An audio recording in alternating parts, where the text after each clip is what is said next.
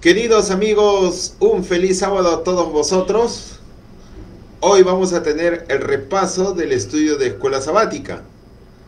El tema de hoy es Amarás al Señor tu Dios. Vamos a ver lo precioso que es este maravilloso estudio. Vamos a pedir la bendición divina. Querido Padre Eterno, gracias Señor por tus bendiciones. Queremos Señor que nos ayudes a poder entender el deber de obedecer tus santos mandamientos como prueba de nuestra fidelidad y amor a ti, Señor. Ayúdanos a comprender, te lo suplicamos en el nombre de Jesús. Amén. Muy bien, queridos amigos, entonces ahí ustedes podrán ver el tema. Muy bien, en Deuteronomio capítulo 6, versículo del 4 al 9, vamos a leer lo que dice, y sobre eso va a estar centrado el estudio o el repaso de la escuela sabática. Dice así, el título es El Gran Mandamiento, Deuteronomio capítulo 6, versículo 4 en adelante. Oye Israel, Jehová nuestro Dios, Jehová uno es. 5. Amarás a Jehová tu Dios de todo tu corazón y de toda tu alma y con todas tus fuerzas. ¿Ya?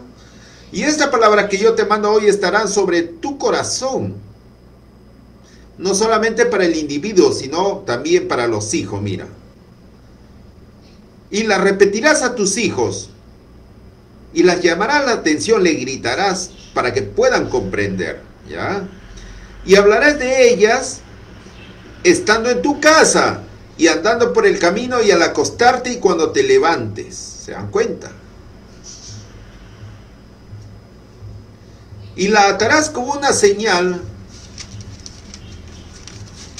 en tu mano y estarán como frontales entre tus ojos y las escribirás en los postes de tu casa y en tus puertas. ¿Cuánto es el deber de los padres instruir en los mandamientos de Dios?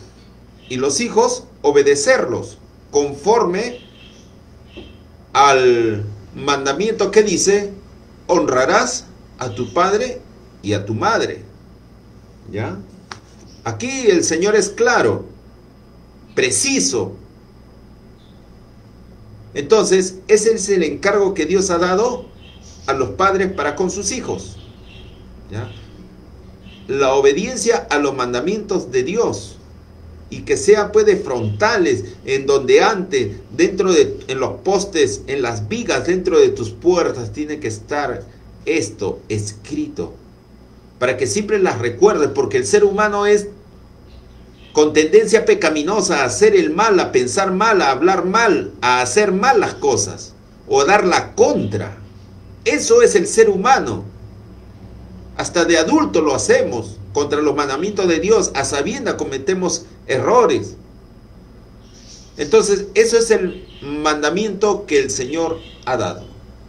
Escucha Israel, el Señor nuestro Dios es el único, el Señor. Esta es una de las oraciones más importantes del pueblo de Israel, el Shema. En estos versículos Dios se muestra como el único Dios verdadero. Nos pide que le amemos con todo nuestro corazón. ¿No es algo muy difícil? ¿O sí lo es? Para las personas a veces lo es o cree que es difícil porque el ser humano piensa en sí mismo y es egoísta. Y eso todos lo poseemos. Desde que el pecado entró a la tierra y al corazón del hombre, siempre tiene esa tendencia de apartarse a Dios y hacer lo que uno le da la regalada gana. Eso es la verdad. Entonces, para hoy vamos a estudiar los 5 apartados, que se llama así. ¿Quién debe amar a Dios? ¿Amar y temer a Dios al mismo tiempo? ¿Amar y temer a Dios así, al mismo tiempo? ¿Por qué amar a Dios? ¿Cómo muestro mi amor a Dios? ¿Cómo debo amar a Dios? ¿Cómo debemos? ¿Usted ama a tu madre? ¿Amas a tu mamá que te dio la vida, que te crió, te educó? ¿Lo quieres a tu mamá? Si le amas a tu mamá, tu deber es amar más a Dios que a tu mamá. Es interesante. Hoy vamos a estudiar esto. Muy bien. Entonces, aquí está la pregunta. ¿Quién debe amar a Dios?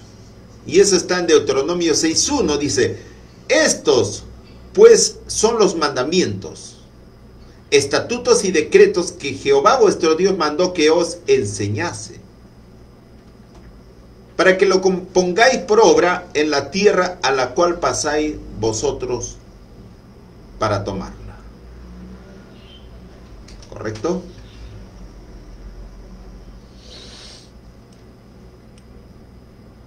Son las ordenanzas de nuestro Dios.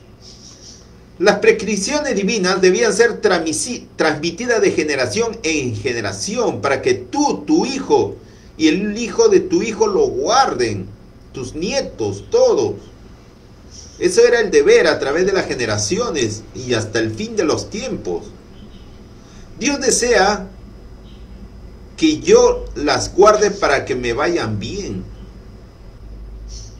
Y la primera norma que quiere que observe es amarlo de forma absoluta, así, total, por encima del amor a cualquier otra persona u objeto. Eso es lo que nos dice el Señor, que lo guardes para que te vaya bien, así estudies, así trabajes en todas tus aspiraciones para que te vayan bien.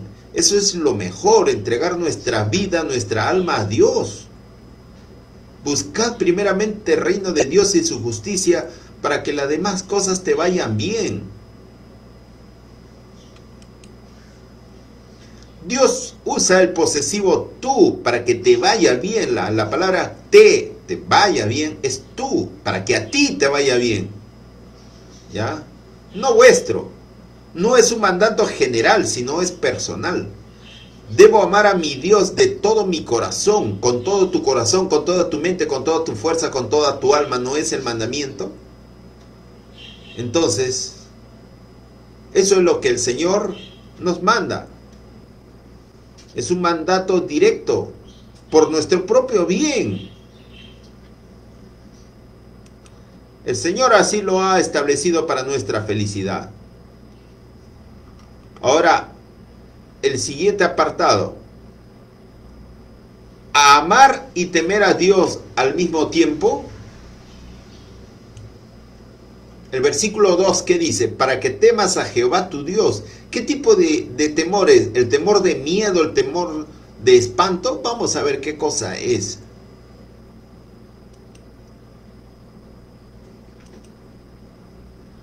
Aún antes de pedirnos que le amemos, Dios nos pide que le temamos. ¿Qué implica temer a Dios? Vamos a ver. Tener miedo de Él, pues hemos pecado y merecemos su castigo. Vamos a ver en Salmos 119, 120. Es interesante, porque muchos confunden. Y vamos a ver qué cosa es.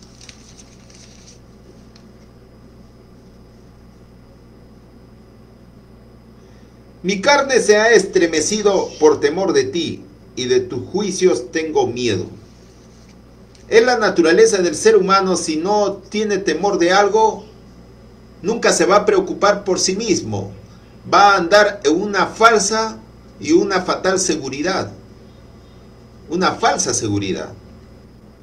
Entonces es bueno siempre tener presente en nuestra mente un temor o un cierto miedo a nuestro Dios. Es por nuestro propio bien, es por nuestra salvación, porque si no nos abandonamos a nosotros mismos.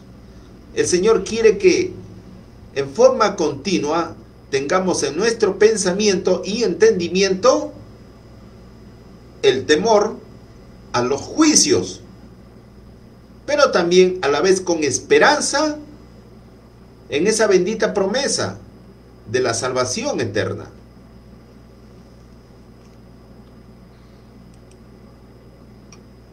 También debemos admirarle y respetarle por su autoridad, su poder, su justicia y su rectitud. Es interesante.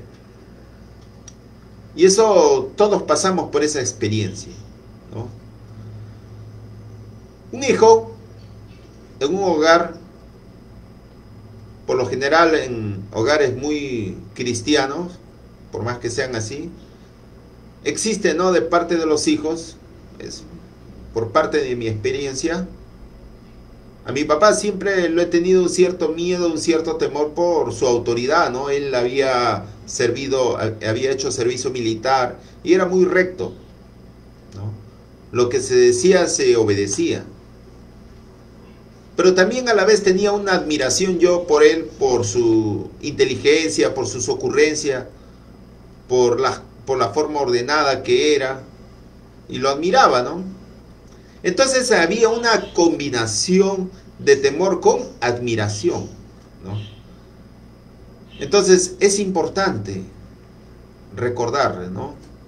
A veces cuando uno como joven o adolescente comete errores, a veces el padre está para ayudarlo a su hijo, y entonces uno recurre a su padre porque tiene más experiencia, es un buen consejero, y de eso de mi padre tengo unos bonitos recuerdos, ¿no? Cuando una vez yo me había metido en un problema, ¿no?, por cosas así de mi propia juventud, no sabía qué hacer, estaba cometiendo un error, ¿no?, un mal proceder, y mi papá se enteró de un asunto que yo estaba y entró a tallar, dio la cara y me ayudó, ¿y para qué? El problema se le solucionó, ¿no? Entonces una persona con más experiencia, pude confiar en él, me entregué su confianza, le conté mi problema, pero él de todas maneras ya se había enterado y me ayudó. Entonces siempre un padre está atento para todo, ¿no? Para corregir, para ayudar, y eso es importante entonces, ¿no? Entonces existe una combinación de todo. Así es nuestro Dios. Nuestro Dios es un Dios amante, ¿no? Se preocupa por nuestro bienestar, pero a la vez también cuando tercamente desobedecemos su autoridad nos castiga. Entonces es parte del proceso educativo de una información de una persona. Entonces eso debemos entenderlo, ¿ah? Pero cuando le va bien al hijo, a la hija, que todo bien, se rebela contra el padre, pero hasta cuando llega a tener problema y dice, papito, por favor, ¿qué debo hacer? Tengo un problema. Recién cuando los papas queman. Entonces no lleguemos a hacer eso, pero es parte del ser humano, es parte del desarrollo. A través de los años uno desarrolla experiencias, pero uno ya va madurando poco a poco, ¿no?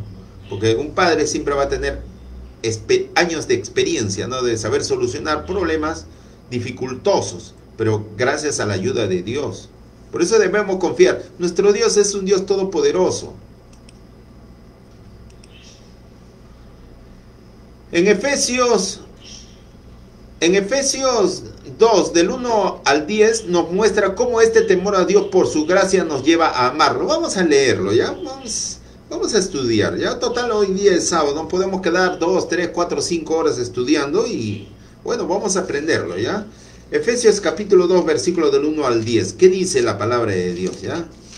Mis queridos amigos, ojalá que se conecten muchos, pero ya esto va a quedar grabado de todos modos. Mira, salvo por gracia, mire, este es un pasaje del apóstol Pablo a los Éfesos. Bueno, y Él os dio vida a vosotros cuando estabas muertos en vuestros delitos y pecados. Mira, el Señor nos dio vida cuando nosotros teníamos una vida de porquería, como dice acá. En los cuales anduvisteis en otro tiempo, siguiendo la corriente de este mundo, mira, conforme al príncipe de la potestad, mejor dicho, conforme a Satanás, el espíritu que ahora opera en los hijos de desobediencia. Así andábamos como marranos en medio de la inmundicia, ahí revolcándonos. Así era nuestra naturaleza. ¿Quiere que lo diga con más detalle? ¿Qué decía Isaías, no? Que nuestro cuerpo, nuestra vida espiritual es como trapo de inmundicia, desde la coronilla de la cabeza hasta la punta de los pies, todo es podrida llaga. Así que no te ofenda por lo que yo diga, pero así es nuestra naturaleza. Así Dios nos ve cuando estamos justamente separados de Dios, ¿ya? No estoy diciendo que el ser humano es una basura, por favor, no me malentiendan. Muchos malentendiendo estas cosas se han apartado de Dios. Estoy refiriendo en cuanto a nuestra vida espiritual, nuestra vida pecaminosa, nuestra naturaleza humana, no el hombre, porque el hombre es corona de la creación de Dios. La naturaleza humana interna, todos nuestros hábitos son así, ¿ya? No confundamos las cosas. Pero Dios, que es rico en misericordia, versículo 4, por su gran amor con que nos amó, ¿ya? Aún estando nosotros muertos en pecado. Mira, ¿cómo no dice que somos muertos? ¿Cómo es un muerto? ¿Ah? Nosotros podemos vivir, pero nuestra vida es una vida de muertos. ¿Cómo es un muerto? Un cadáver. No está con gusanos, no está apestando. ¿Ah? Así es cuando estamos separados de Dios, como apestando. ¿Ya? Cuando aún así estábamos muertos en pecado, dice, mira, nos dio vida juntamente con Cristo, porque por gracia sois salvos. ¿Ah? Y juntamente con Él nos resucitó y asimismo nos hizo sentar en los lugares celestiales con Cristo Jesús. Mira, de estar podridos así con gusanos en vida, Cristo nos llevó por la fe al santuario celestial para sentarnos. Y cuando venga por segunda vez, eso va a ser ya literal, ya no solo por fe, sino que así va a ser.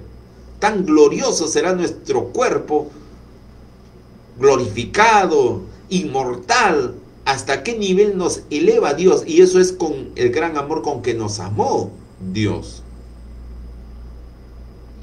Para mostrar en los siglos venideros las abundantes riquezas de su gracia, que en su bondad para con nosotros en Cristo Jesús. Porque por gracia sois salvos por medio de la fe. ¿Se dan cuenta? Por la gracia de Dios, la salvación es gratis, gratuita, por gracia. Gracia viene de gratis. Dios no nos cobra ni un centavo. Cristo ya lo pagó esto en la cruz, no por obra, para que nadie se gloríe. Acá no existe la salvación por las obras. La salvación es por la fe en Jesús, en su sangre. Porque somos hechura suya, creados en Cristo Jesús para buenas obras, los cuales Dios preparó de antemano para que anduviésemos en ella. ¿Se dan cuenta? Cómo el Señor nos muestra cómo el temor a Dios nos lleva a amarlo después que hemos estado muertos en delitos, en pecados, con miedo a ser condenados, pero Dios nos encontró así donde estábamos. Y nos ama y nos va a dar vida eterna, esa es su promesa. Nunca renunciemos, por favor.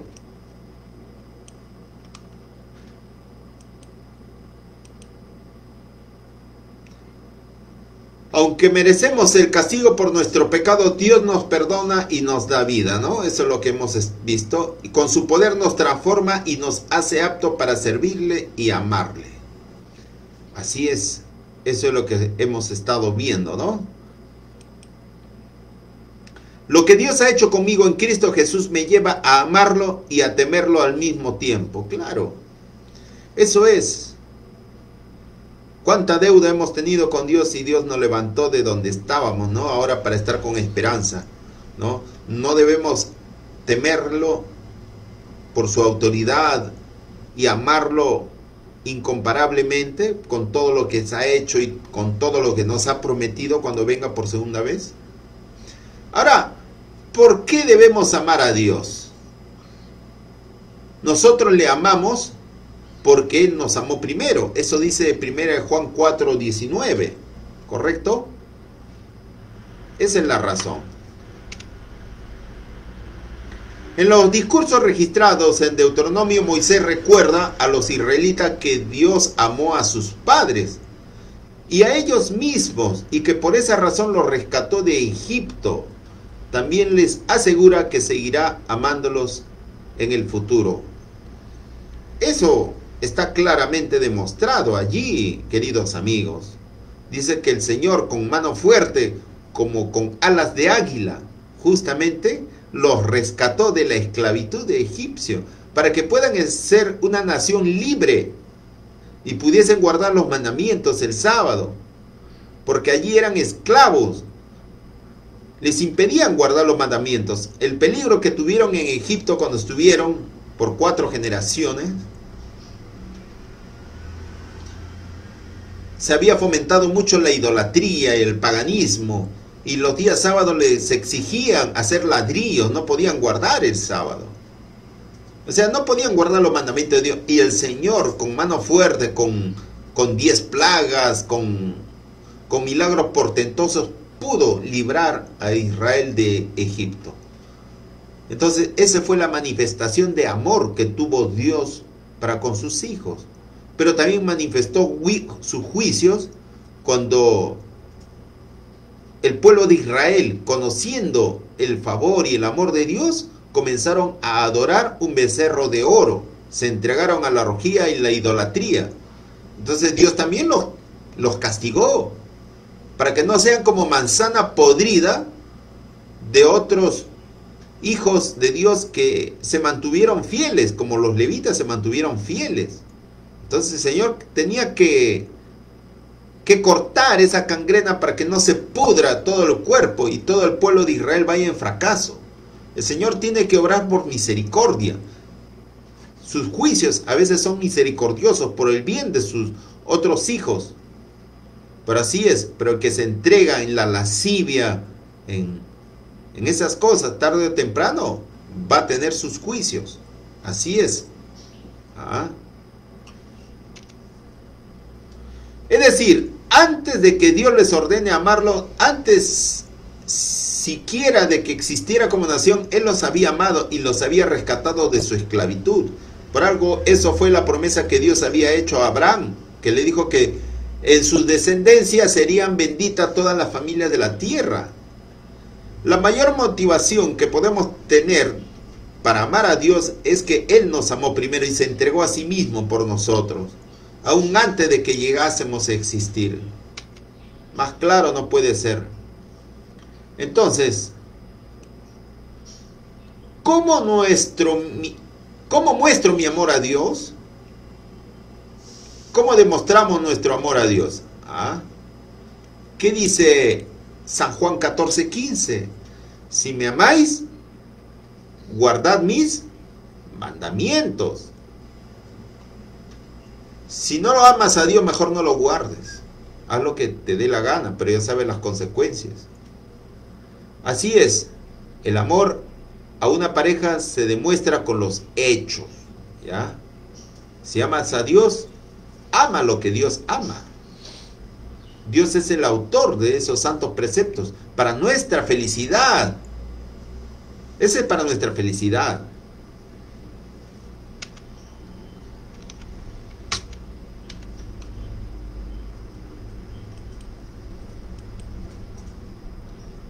Bueno, Deuteronomio 5:10 dice: los que me aman y guardan mis mandamientos. Hay varios textos donde alude a las personas que los que realmente aman a Dios guardan sus mandamientos. Ahí está, en Deuteronomio 10:12 también dice: que lo ames y sirvas a Jehová tu Dios con todo tu corazón. Deuteronomio 11:1 también que dice: amarás pues a Jehová tu Dios y guardarás sus ordenanzas. Deuteronomio 19:9 dice: que ames a Jehová tu Dios y andes en sus caminos. Entonces, el amor a Dios está indisolublemente ligado ¿a qué? A la obediencia. Cuando amamos a Dios y comprendemos lo que Él ha hecho por nosotros, expresamos ese amor guardando sus mandamientos. Porque eso es lo que a Él, a Dios, le agrada. ¿Cuán importante es eso, mis queridos amigos? Que el amor se demuestra con la obediencia.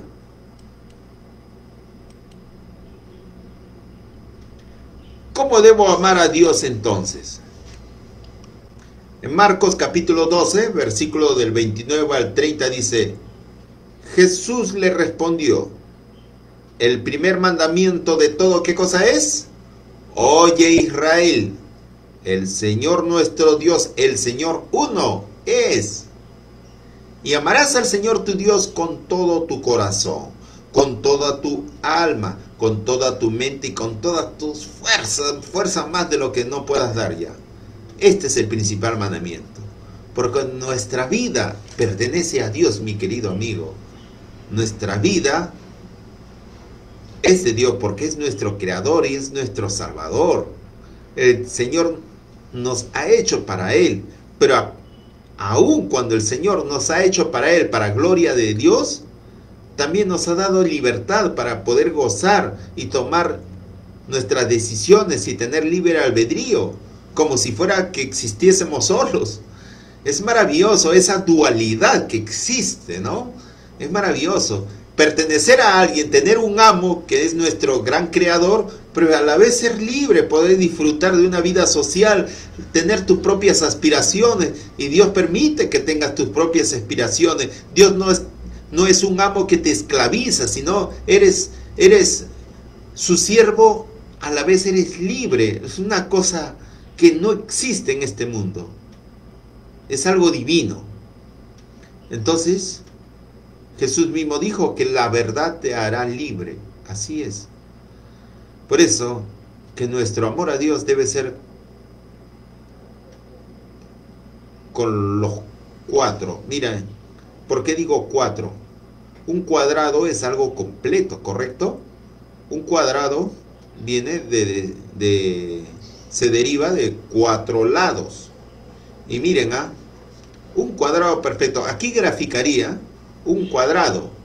Y en cada lado describiría algo que dice aquí en este texto. El primer lado sería corazón, el segundo lado sería alma, el tercer lado sería mente y el cuarto lado sería fuerzas. Entonces un cuadrado es algo completo, ¿ya? Es algo completo. Entonces así debe ser nuestro amor a Dios, de manera completa, ¿ya? Que ninguna arista falte. Entonces este es el principal mandamiento, ¿correcto? Mis queridos amigos, es una ilustración gráfica que les hago así, y eso debe ser nuestra motivación, nuestro primer objetivo en nuestra vida. Hagamos lo que hagamos, sea trabajo, eso no es necesario que estudies teología o esto para que recién tú empieces a amar a Dios. Desde pequeño debemos amar a Dios.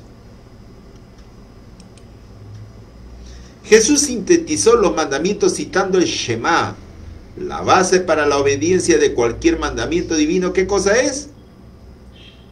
El amor a Dios. Amarás al Señor tu Dios. Pero no cualquier amor. El amor a Dios ha de impregnar todo. Puede ser corazón, alma, mente y cuerpo. Este amor es el fruto de conocer íntimamente a Dios y de tener una relación íntima con Dios.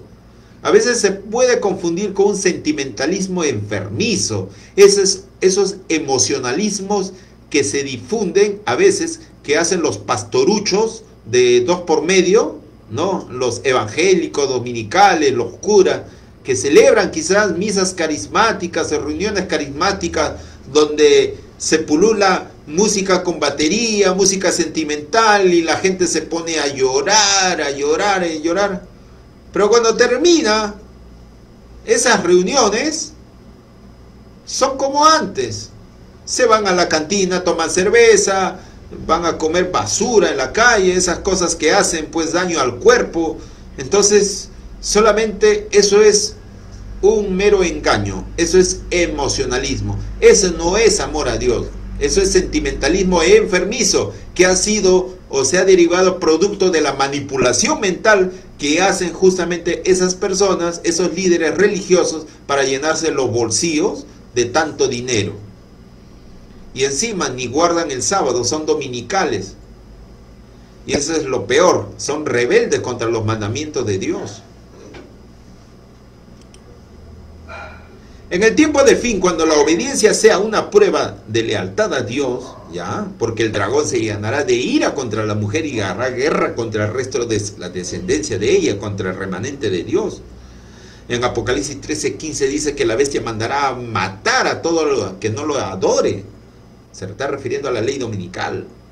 Entonces, en el tiempo del fin, cuando la obediencia sea una prueba de lealtad a Dios, los que amamos así a Dios preferiremos la muerte a que a la desobediencia. Así va a ser. Va a haber muchos mártires en Cristo, así como hubieron en la Edad Media, en la persecución, en el tiempo de la supremacía papal. ¿Cuántos murieron en manos de la Inquisición, de los jesuitas? Así también va a haber muchos, van a tratar de dar su vida, igual como los 3 amigos de Daniel, que tuvieron que parar en el horno de fuego, por mantenerse leales a Dios. Así es, mis queridos amigos, lo que nos espera entonces. Un pensamiento de la sierva de Dios para terminar, dice así, miren,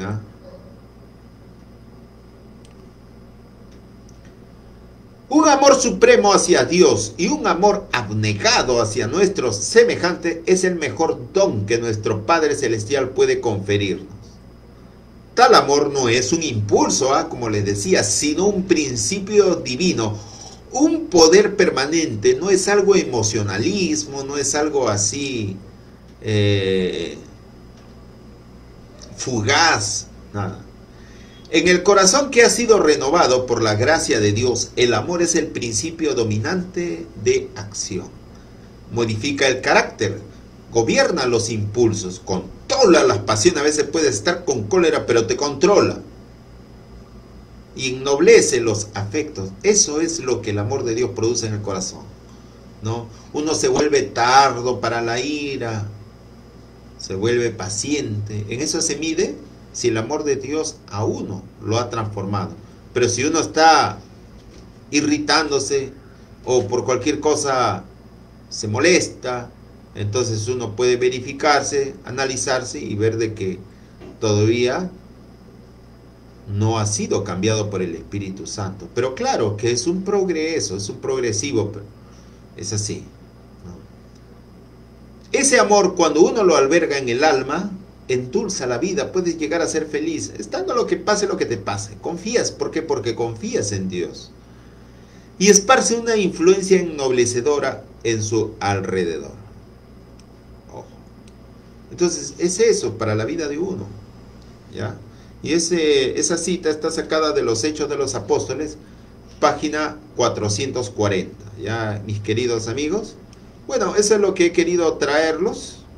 El repaso de la escuela sabática, sé que todos habrán estudiado en sus casas, pero este es el resumen que les he querido traer, ¿no? El temor a Dios y el amor a Dios van de la mano. Quien ama, obedece sus mandamientos. Y que el amor verdadero es un principio y gobierna los impulsos, el amor. Todo eso es gracias a Dios, gracias al Espíritu Santo que uno lo recibe. Así, mis queridos amigos, vamos a culminar con una oración. Gracias, querido Padre Dios, por este repaso maravilloso que nos has hecho comprender.